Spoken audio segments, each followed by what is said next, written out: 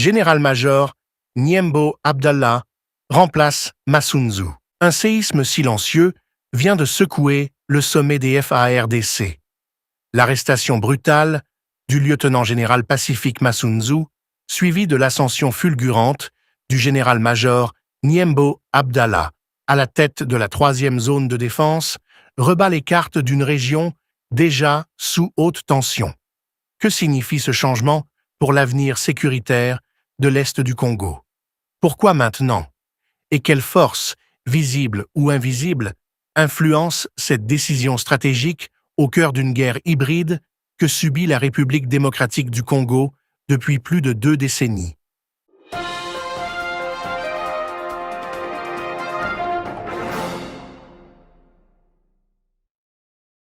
Chers auditeurs d'Africa Flashes, bonjour et bienvenue dans ce nouvel éditorial où nous allons décrypter ensemble un événement majeur, discret en apparence, mais explosif dans ses implications profondes pour la souveraineté, la sécurité et l'avenir géopolitique de la République démocratique du Congo.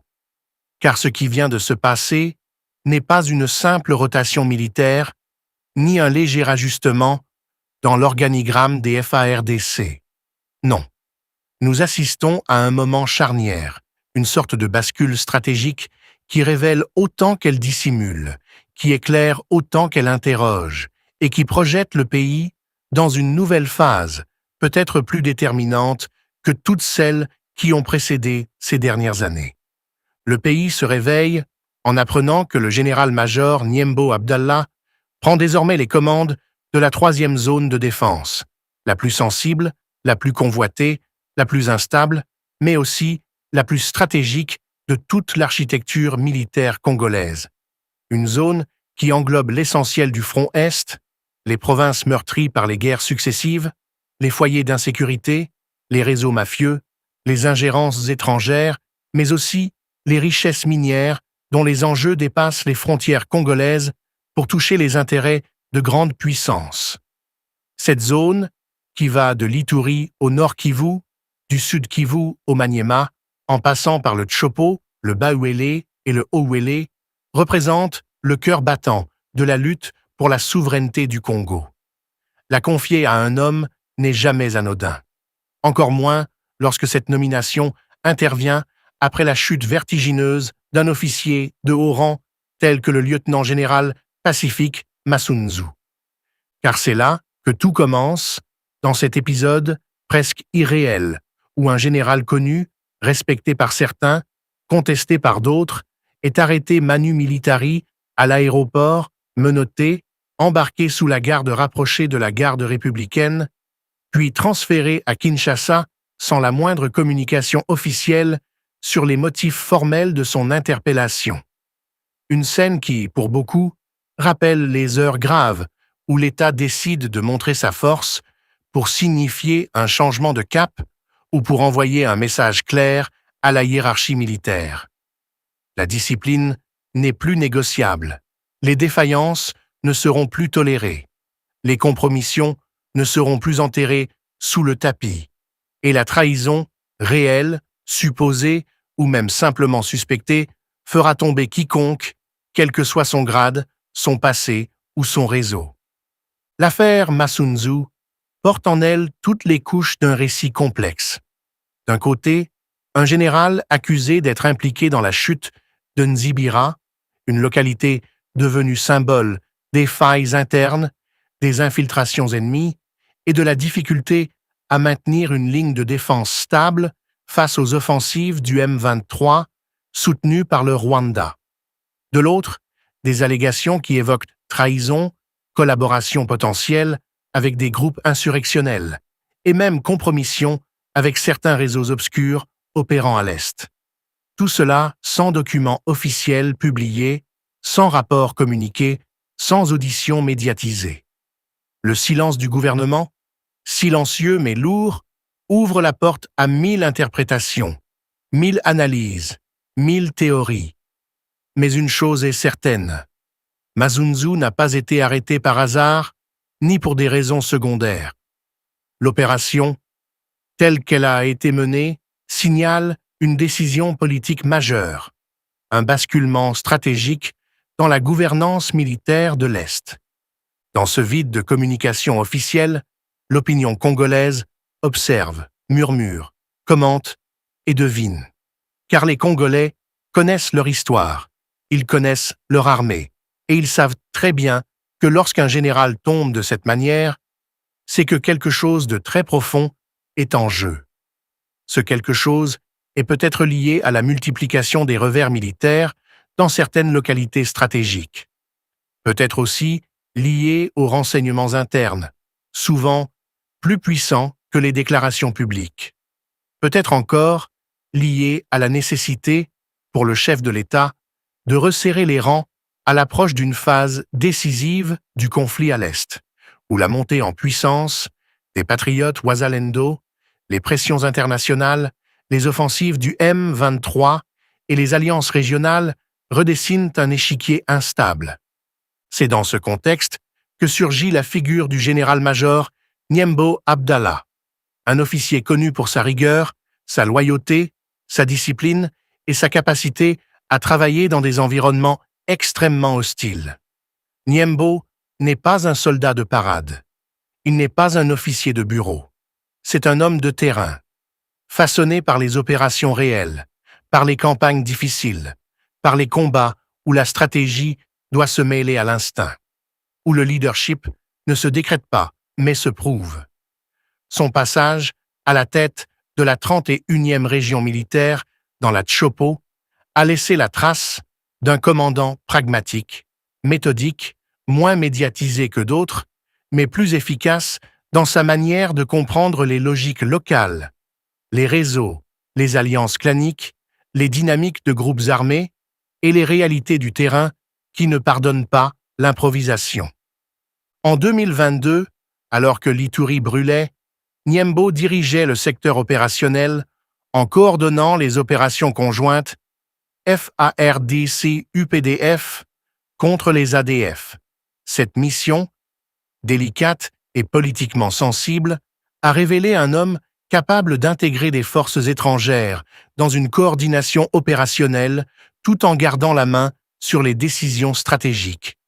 Ce n'est pas un détail, car dans l'est du Congo, la présence d'armées étrangères est toujours un terrain miné, où la collaboration peut vite se transformer en tension, où la confiance peut se briser au moindre faux pas. Niembo a géré cela avec une certaine maîtrise, preuve que l'État congolais cherche désormais à renforcer les commandants capables de tenir une ligne claire tout en naviguant dans les eaux troubles des alliances régionales. Mais pour comprendre l'importance de cette nomination, il faut élargir encore le cadre. La 3e zone de défense, rappelons-le, est le cœur stratégique de la lutte contre les groupes armés, mais aussi la zone où les ingérences étrangères sont les plus fortes, les plus sophistiquées et parfois les plus invisibles. Le Rwanda, via le M23, mène une guerre hybride faite d'incursions, de désinformation, de propagande psychologique, de pression diplomatique et de manipulation territoriale. L'Ouganda, engagé contre les ADF, mais lié historiquement à certaines dynamiques régionales, maintient une présence ambiguë. Certains groupes locaux, malgré leur fragmentation, restent connectés à des réseaux économiques illicites qui alimentent le pillage des ressources. Les multinationales surveillent l'évolution du terrain, sachant que les minerais du Congo, du coltan au cobalt, représentent des enjeux technologiques majeurs pour les décennies à venir.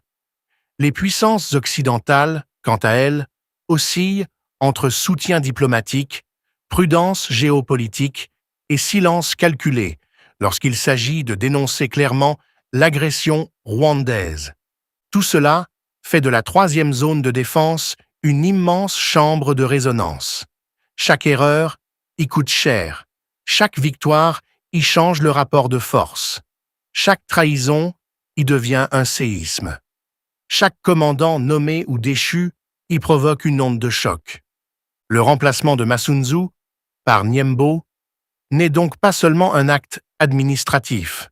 C'est un repositionnement stratégique, un recalibrage de l'armée, un signal envoyé aux troupes, aux alliés, aux ennemis et au peuple congolais.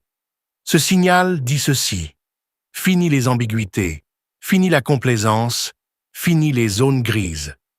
L'armée veut reprendre l'initiative, restaurer la discipline, assainir les chaînes de commandement et repositionner l'Est comme une priorité nationale absolue. Mais cette transition soulève aussi une autre question essentielle.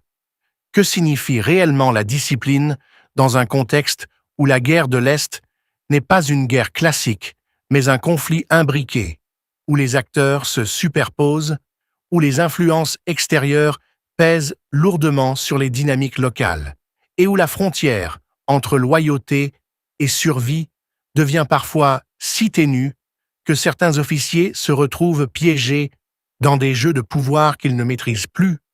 C'est ici que Niembo devra faire preuve d'une intelligence stratégique exceptionnelle.